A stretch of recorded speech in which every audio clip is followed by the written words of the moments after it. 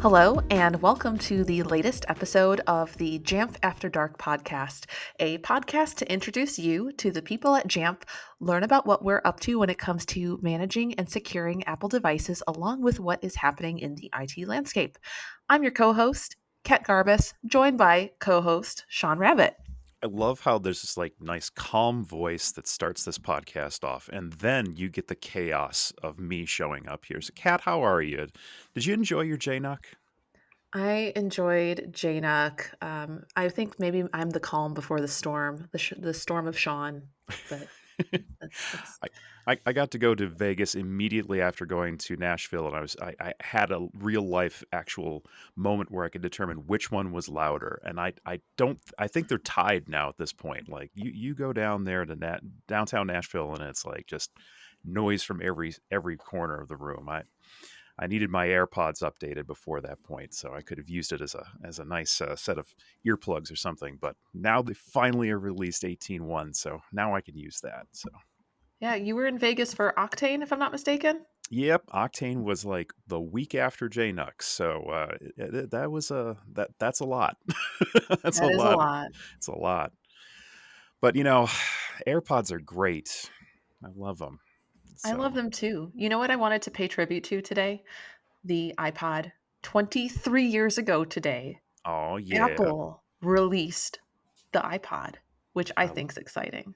I love my iPod. I didn't have the very first generation. I had I think it was the 20 gig right after. It was 20 gig, 20 meg. I can't even remember how long. It's been 23 years.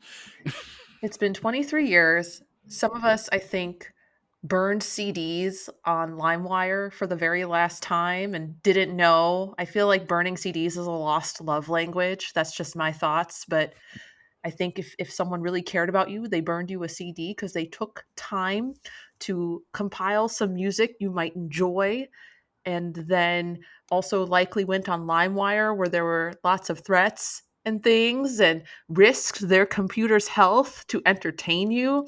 That sounds And terrible. well, I love the iPod. The iPod did. I think we all burned something for the very last time, and we didn't know it yet. That But LimeWire software sounds like a real threat to Macs, Cat. it was a threat to everybody, regardless of Macs or Windows. But it was a threat. We should probably talk about threats to Macs today. So let's talk about Jamf Threat Labs. We got there in the end, kids. Remember, we are professional podcasters. This is how this works. Um, Jaron Bradley is with us today. Say hi. Hello, everybody. And yes, those are beautiful pivot points. Well done. We do this professionally. I get paid to do this, which is shocking and surprising to many people. Jaron, thanks so much for being here today. For those who are brand new in maybe listening or haven't even heard much of Jamf Threat Labs, what is it?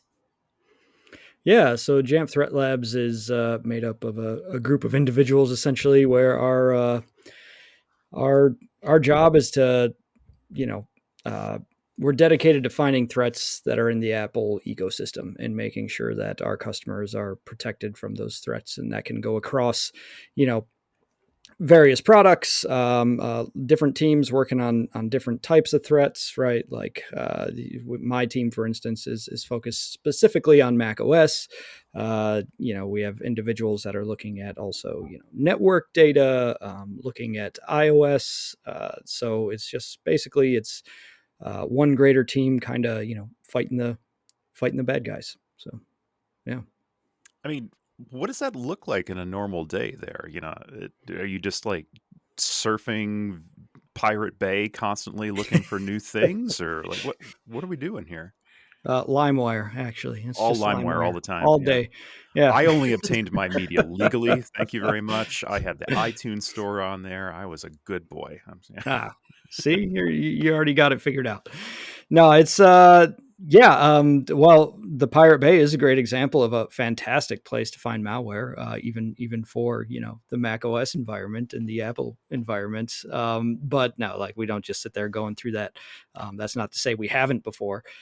In fact, you can go back to some earlier blog posts we did where It was probably about 2 years ago at this point. You can look on the Jamf Threat Labs blog. And one of the things we did was we found an interesting piece of cryptojacking malware, and we had kind of traced back the version we were looking at.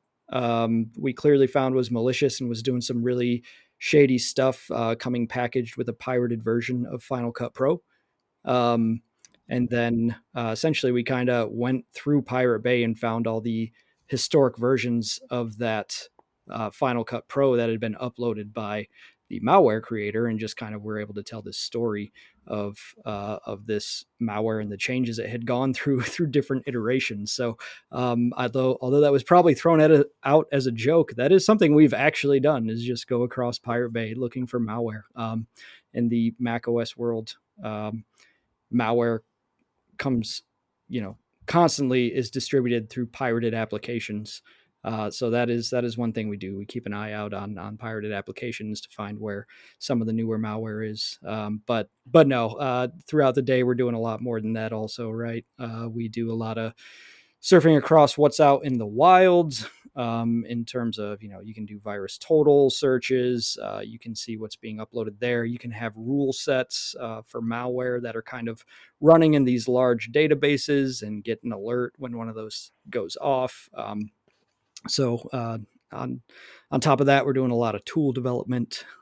We do a lot of different things on the team. Honestly, there's when you're kind of on a research heavy team, uh, options are options are not limited.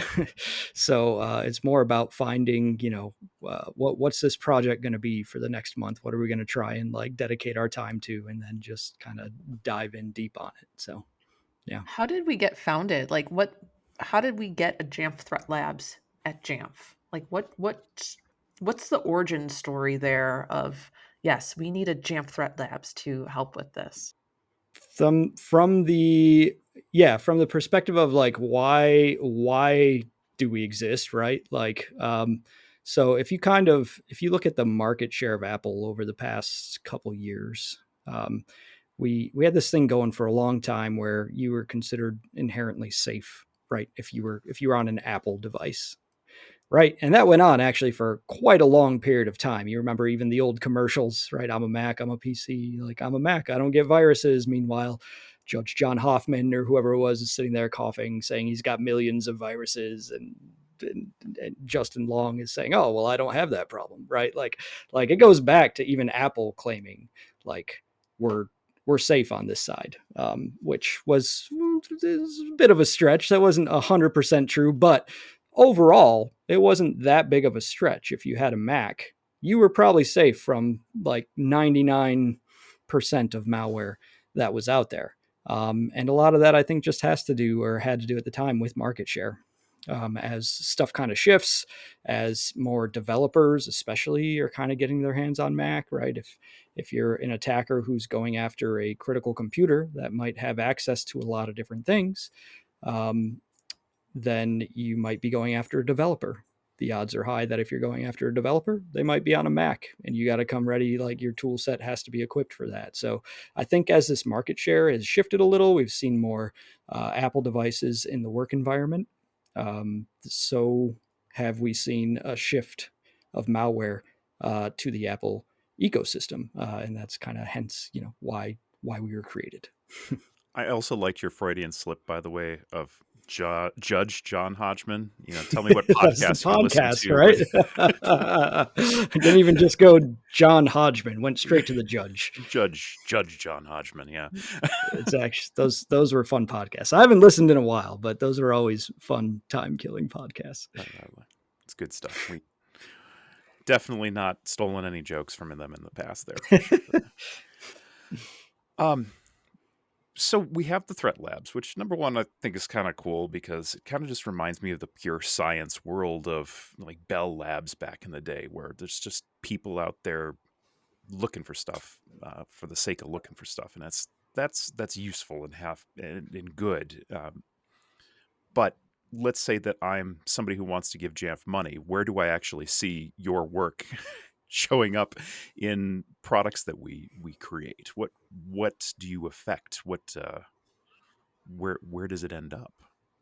Yeah, that's a great question. So essentially, a metaphor, though maybe not perfect, that I've used before is essentially like a car and fuel type situation, right? Like you go out and buy the sweetest car in existence, right? You go grab me a McLaren or whatever, and put it in my garage, and like it'll look sweet, like it's there, it's doing stuff, it's well designed, but until something's actually feeding it, right? Fuel, like it's not. It's just going to sit there. It's not doing anything. So, kind of similar to that, right? We have some great engineers that are building some awesome stuff here at Jamf, that take content and are able to act on that content. So, all that design and all that work that gets done is awesome and well packaged by Jamf, and then our team essentially provides that content that it's feeding off of. So, for example, like that could be detection indicators, right? Like maybe that's malware hashes, for example. Like we keep a giant database of that, and that feeds out into the product that is constantly going out to our customers when we update those rules. Same for team IDs, like malicious signing information. The product feeds on that as well. And then the last thing from the static perspective that we call like YAR rules, which is like a very kind of standard way to do signature matching against malware.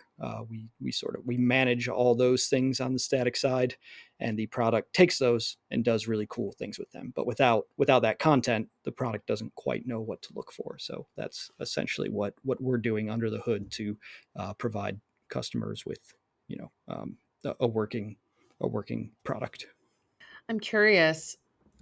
Obviously, we've got Jamf Threat Labs, as we've been discussing. We have security solutions that we're taking that work from testing, putting it out there, supporting customers with solutions like Jamf Protect, for example, and Jamf Executive Threat Protection.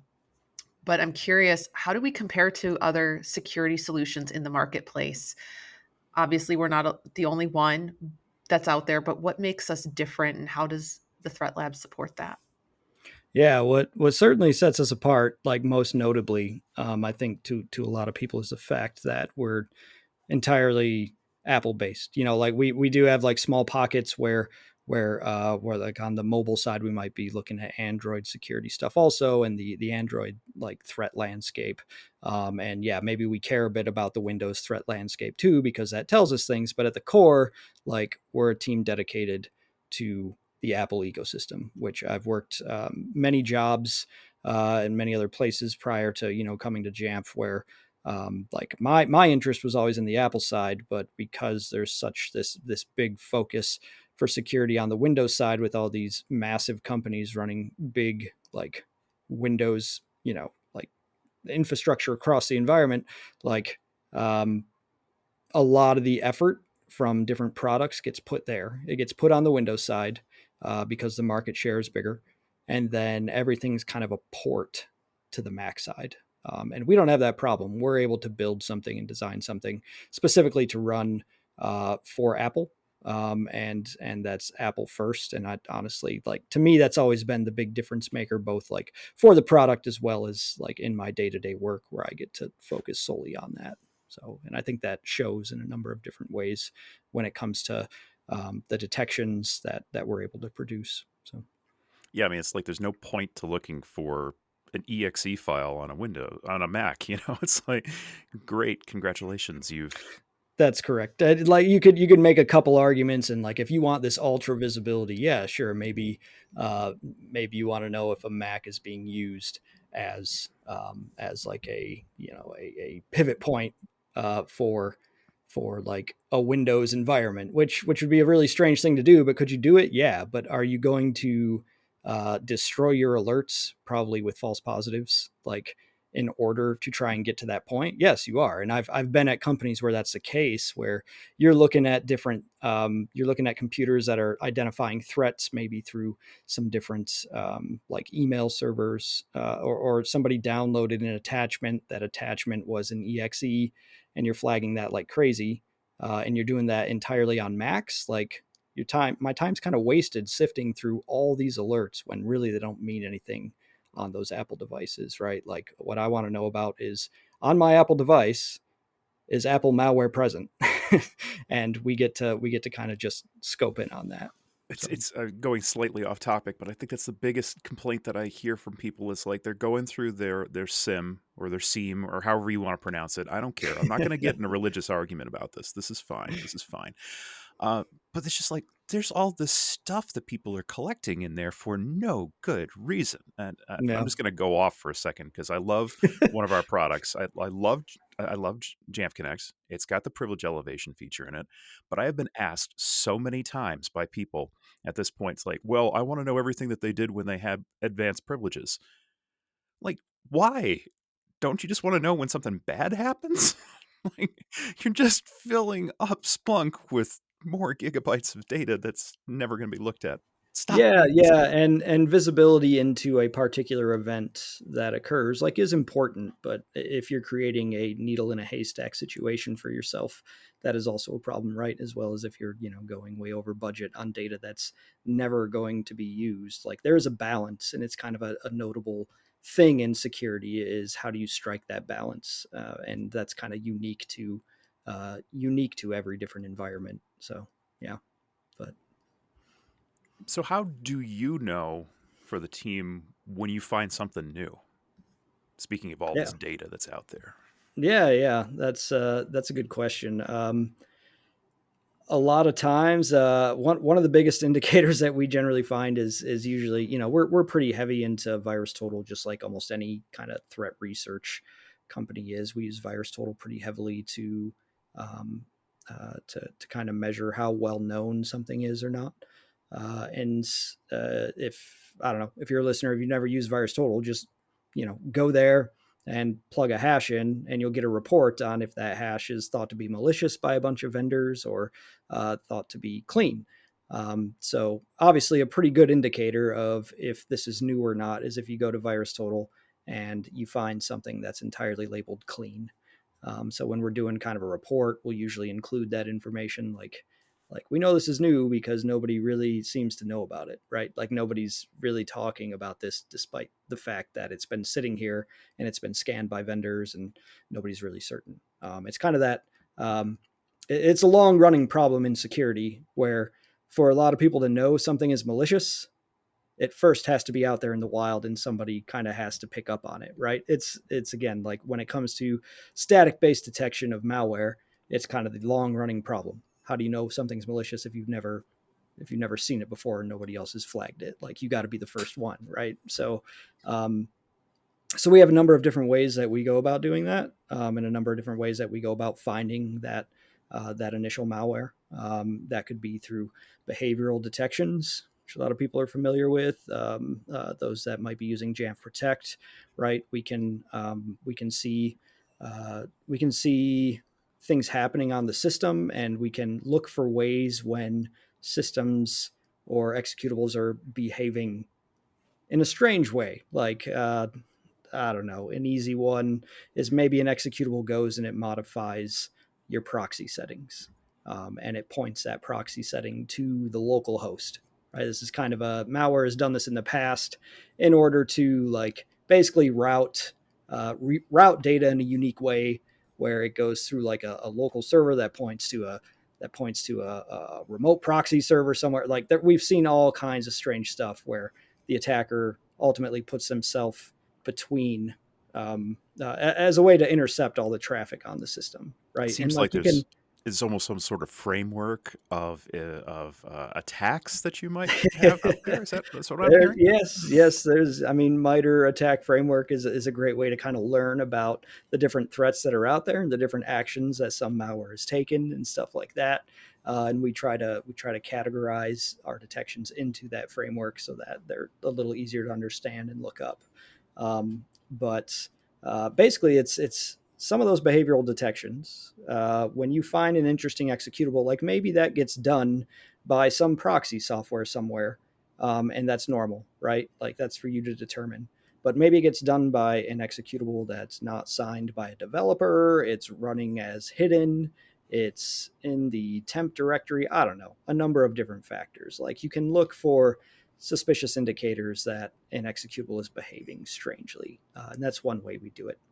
Um, another way to try and identify these things. I mean, we have, I should say we have a lot of ways, but the behaviors are one way. The static stuff I kind of mentioned is another. If you write a rule for malware, and there's ways to kind of look inside files, right, and look for certain strings or well-known attacker strings inside of files. And we will kind of run our rules on a daily basis over these databases and see if anything new comes back or see if anything clean comes back for something that we believe should be like, if this little indicator is in there, it's probably not clean. So that'd be another way that we go about doing it. There's actually some really good.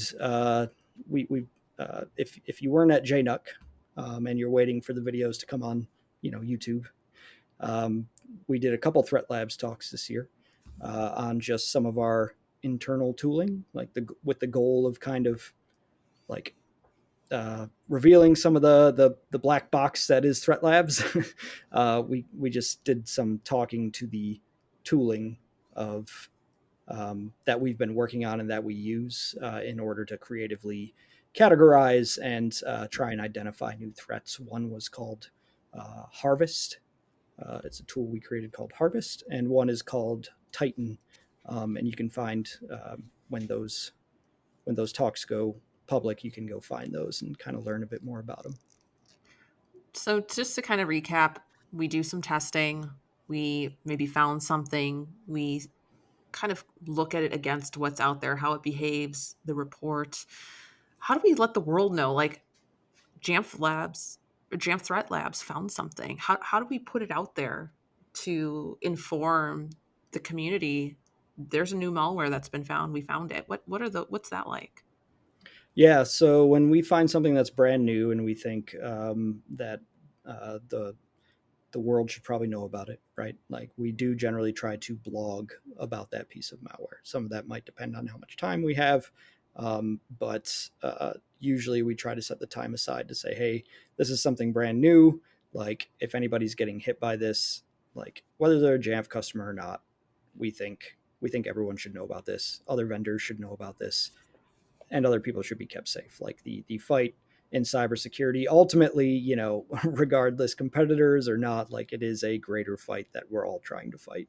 So we will take that malware that hasn't been discovered before, or that we have just recently discovered, and we'll blog about it. We try to put the details of what it's after, as well as how it gets onto systems, what its ultimate objective is. For instance, we've been blogging a lot recently about the DPRK, making different attacks into the crypto industry. And this is something that the rest of the security community is observing as well, and is also releasing a lot of different blog posts on as we continue to find out, what they're up to, who they're after, and we try to equip these companies better to know what to look for so that they don't get hit super hard. So all that to say, I think the answer to your question is probably just the Jamf Threat Labs blog. And if you're not familiar with that, you should definitely check it out to kind of get an idea of what we're up to and some of the discoveries that we've made. I wanted to circle back on something you said earlier because we've talked about some of the testing, things like that. We've discussed things being found on the internet. What if it's not on Pirate Bay? Like how else are we discovering threats that are out there that impact the Mac community? Yeah, if it's not something that came from Pirate Bay, it's something that there's a number of ways we have to hear about different malware. Some might be through again, database feeds that we have where we're able to do scans of and identify those. Some could be word of mouth, where we might have somebody that says, "Hey, I've got something strange on my computer. I don't know the first thing about looking at it. Would you mind taking a look?" Right? Or we might have people in the industry, close contacts in the industry, that are professionals at doing reverse engineering on Windows malware, but don't really have the time or effort to go learn how to do that for Mac malware. and they might, just pass it off to us and ask if we can help out. So we have a number of different ways of finding threats, that aren't just through like scouring the internet. But So yeah, people are just dropping USB keys in the parking lot, and you're just picking them up randomly.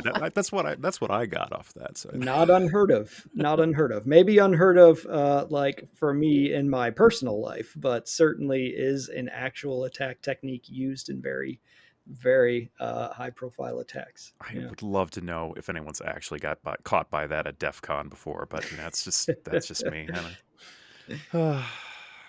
I'm Dude, gonna go off script and pull a Sean. Do we do we have like some Mac graveyard of Macs we've just toasted by testing malware on them? Is there like this secret like graveyard of at Jamf of Macs that just we put malware on it to test it and it's no more? oh, I'd love to Uh, know that. to my knowledge, no. But I can follow that up by saying that we do have.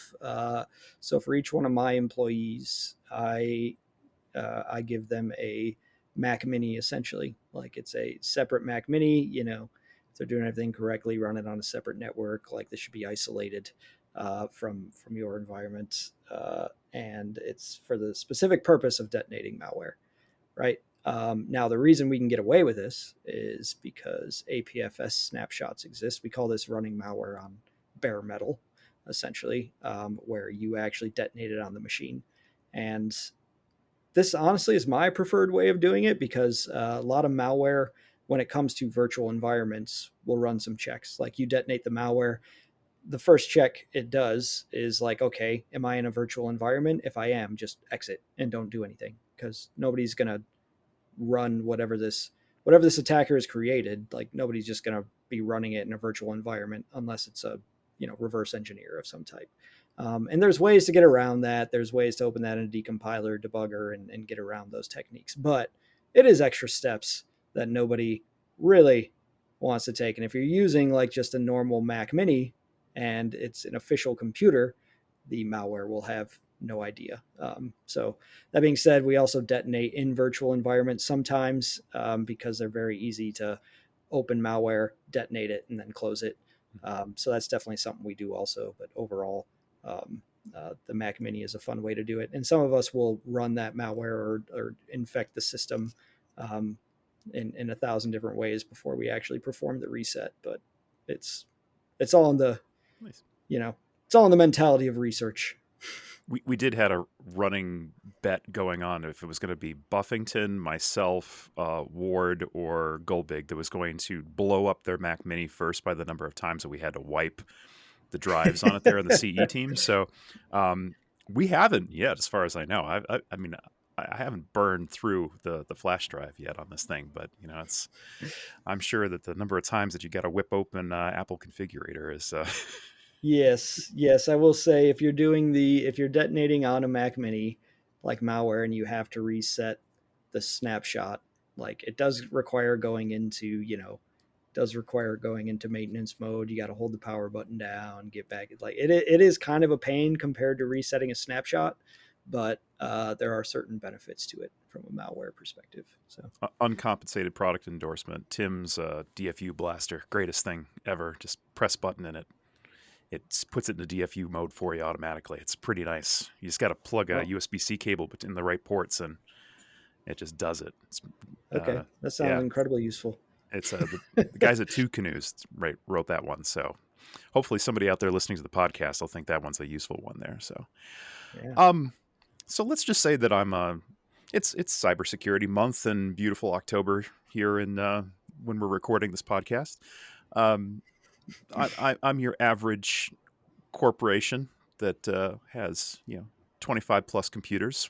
What should they be doing for best practices for security? So what's the opposite of what you should be what you do? Yeah. So essentially, compliance reporter is something that's built into the product. And You which can product is that? Is that Jamf Trusted Access? Is that a SKU? Sorry, it's an inside joke here. Yeah, Jamf Protect. You got compliance reporter built into it. So Now I'm just throwing you off. It's great. Now I'm on it. Yeah, now I'm all We're lost. professional podcasters.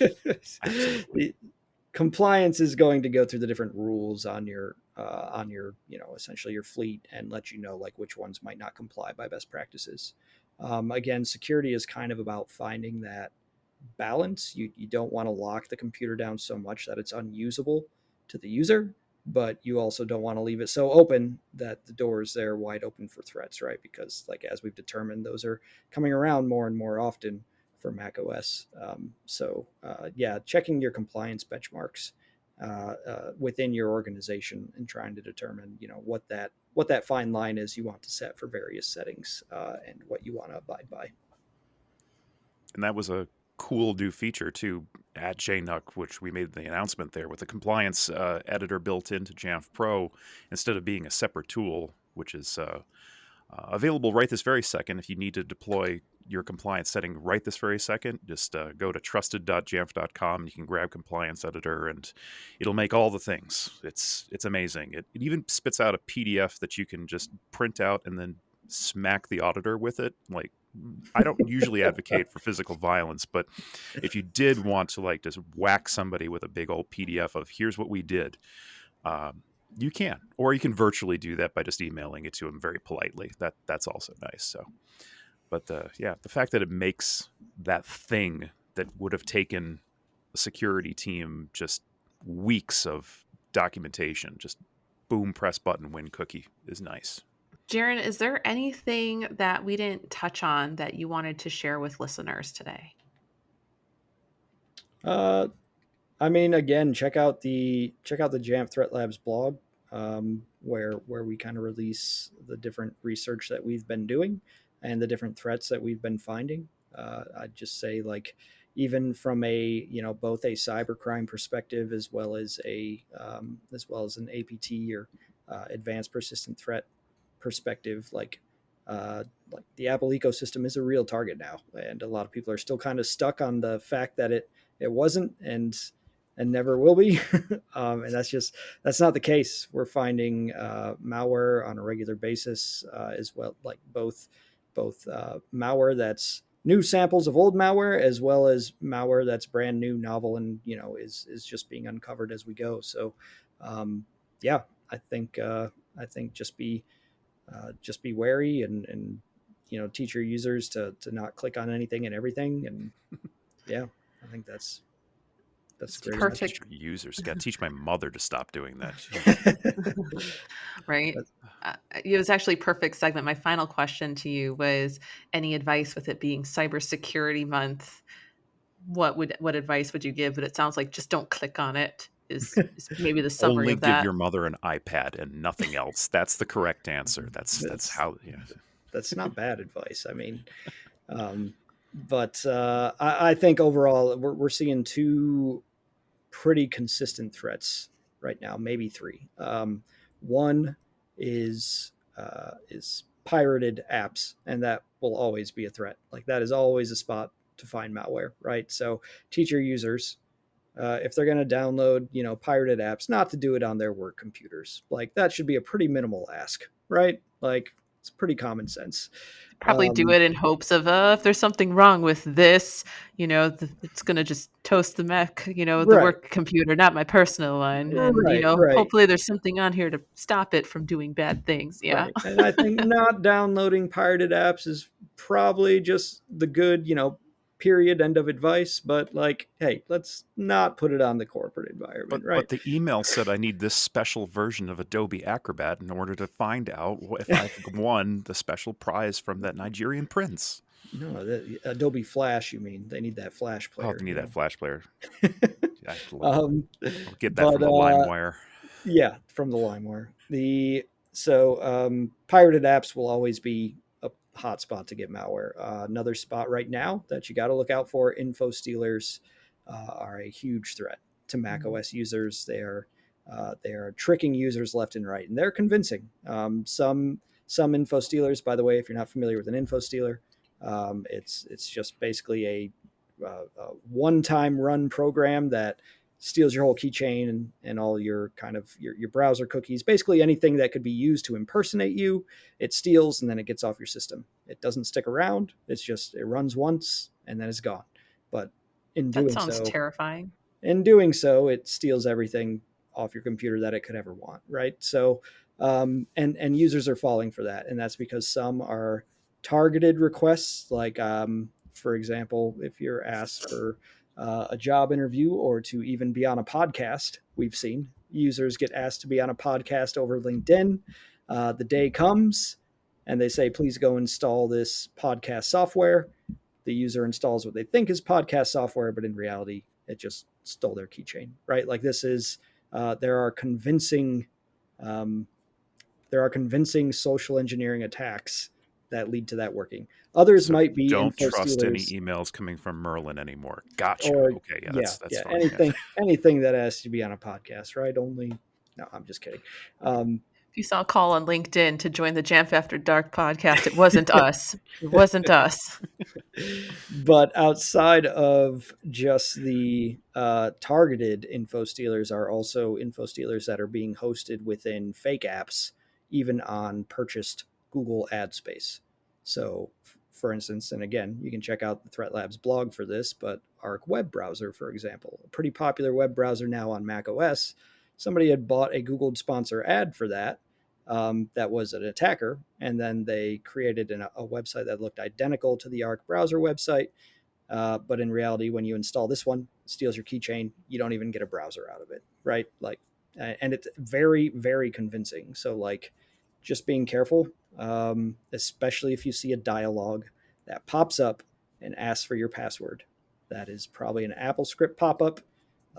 We try to teach even admins not to use that approach because it teaches users that like pop-ups asking for passwords are normal, and that should only be normal in very specific scenarios, and it should only look a certain way. So maybe try to avoid Apple script pop-ups to your users. So those are two of the big those are two big items that we're seeing out there in the wild right now. The third and final would be again DPRK activity, but those are really targeting primarily those in the crypto industry. So if you work in the crypto industry and blockchain, or any startup or company related to such a thing, like beware, because like you are people are looking specifically for probably the power that you hold within that company. It's So all about that the would Benjamins. yeah, that's right. That would be my advice, at least from what we're seeing that's hot in the wild right now. That's great advice. Thank you so much. Thanks for being here today. Yeah, Jaron, thanks for joining in, and uh, let's not make it till the next JNUC. We got to see each other. You going to be at any shows coming up yet, or is still making plans for the end of the year? Or it's I will be at the Objective by the Sea conference, speaking and running a training there on threat hunting. Um, that'd be a plug, but it's sold out, unfortunately, so I ah, can't take oh, on anybody else. well, we'll look um, forward to the videos. I'm sure that will come out of it. yeah. So we'll be doing a talk on some data science collaborative research that we've been doing to detect malware using some, or to uh, kind of categorize malware using some data science techniques. But outside of that, that is the final conference I have lined up for the year after a year of, or after a couple months of busy conference life, and yeah, we'll be finding out what's next after that. Awesome. Thank you for joining. Appreciate it greatly. Cool. Thanks so much for having me. Kat, that worked out pretty well so far, I'd I say. think so. Sean, do you have an additional tech tip for today? I feel like the biggest tip is just don't click on it. Just don't Just click don't on it. click. That is the tip. Well, I do actually want to tell you about something new that was announced at Octane. So this is actually part of the OpenID Connect Standards Committee. They're coming up with a new thing with a fun new acronym. It's called Interoperability Profile for Secure Identity in the Enterprise. And it has the coolest acronym ever. It's Ipsy. It's just like it sounds like whoopsie, but Ipsy. The idea is that you got to make sure that you're securing all the things. And one of the things that you want to do with that, with Jamf specifically, make sure that you got single sign-on set up for your Jamf Pro, and your Jamf account has been set up to talk to your domain on your organization and all that stuff. But the big piece that I'm very excited about is we have the ability to send risk signals to other people. So, for a lot of the times, people aren't hacking in, they're just logging in with your credentials. And if your machine does happen to have a problem, we can say to somebody like Okta, hey, Drone just found a nasty thing on your laptop, and it's got the single sign-on extension for Okta put on here, and it's just logging into everything. So maybe you should stop doing that, and we can send that signal to Okta. Everyone's going to be start talking to each other. It's the Ipsy standard is everyone needs to know the signals coming off of everyone else's stuff. So look forward to that, having more announcements about that soon. And of course, if you do use Okta right now, you can actually use that with Jamf Security Cloud right now. That's your tech tip for the day. Thank you, Sean. That was a wonderful tech tip to close out an exciting session. So thank you for that. And I think that concludes today's podcast. That's it. Yeah, it's now the only thing left is to get paid. That's right, because we're professional podcasters. So Jamf After Dark is a podcast from Jamf and is copyright 2024, all rights reserved. Technical details and product offerings may change at any time, so always check jamf.com for the latest information on our products and services. You can reach out to us if you have any questions or comments or even suggested show topics. And of course, we love fan mail.